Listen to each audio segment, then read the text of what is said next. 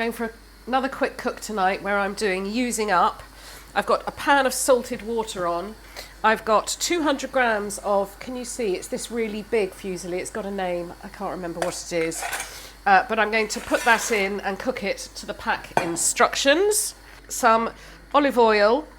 I've got 2 cooking chorizos. Chorizo, oh, everyone's picking me up on how I say it. I don't know how to say it. That need using up. I've taken the casing off and I'm breaking it up and I'm going to just cook that down. That has to be cooked thoroughly, so I've got 2. My chorizo has cooked down nicely. I've started, this is a new thing I started doing at the beginning of the week. I roast a load of peppers because I seem to use a lot of peppers in my cooking. So for this recipe, I'm using 1 pepper. I'm now going to slice in a garlic clove.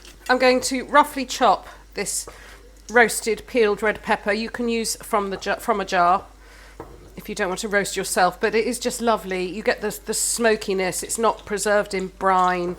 It's a lovely thing. So I'm going to put that in the pan.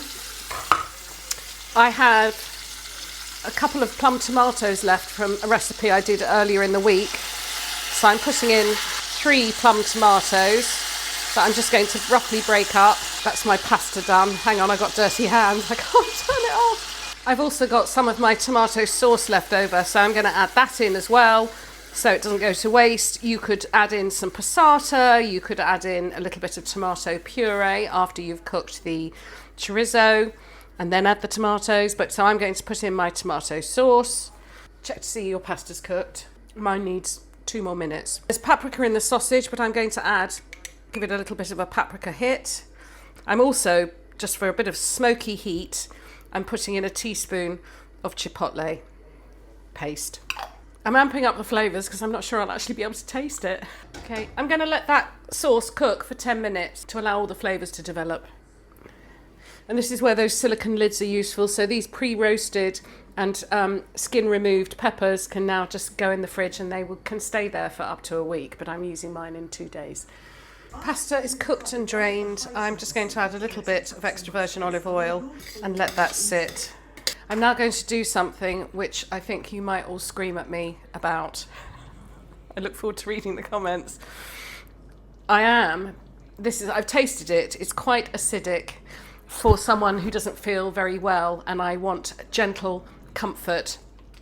I'm going to add, not a lot, that was probably 30 ml of double cream to my tomato and chorizo sauce. And I'm going to taste it. I love it. I am going to put in some pepper. I am going to grate in a healthy amount of parmesan. So that was probably a tablespoon of parmesan. Stir it through. And now I'm going to tip the pasta in and give it a stir. I have chopped about a tablespoon of parsley. I'm putting half of it into the pot and I'm going to stir that through. And I am serving. I'm going to finish it with some extra parmesan. You can finish it with some parsley, or I actually do have some pan grattata from a recipe I made the other day. And I don't want to change things just because I'm filming. I want the pan grattata, which is the, well, you can look back on previous recipes. There it is, chorizo and tomato, whatever that pasta is. Oh. That is silky, tasty, smoky. Go and make it.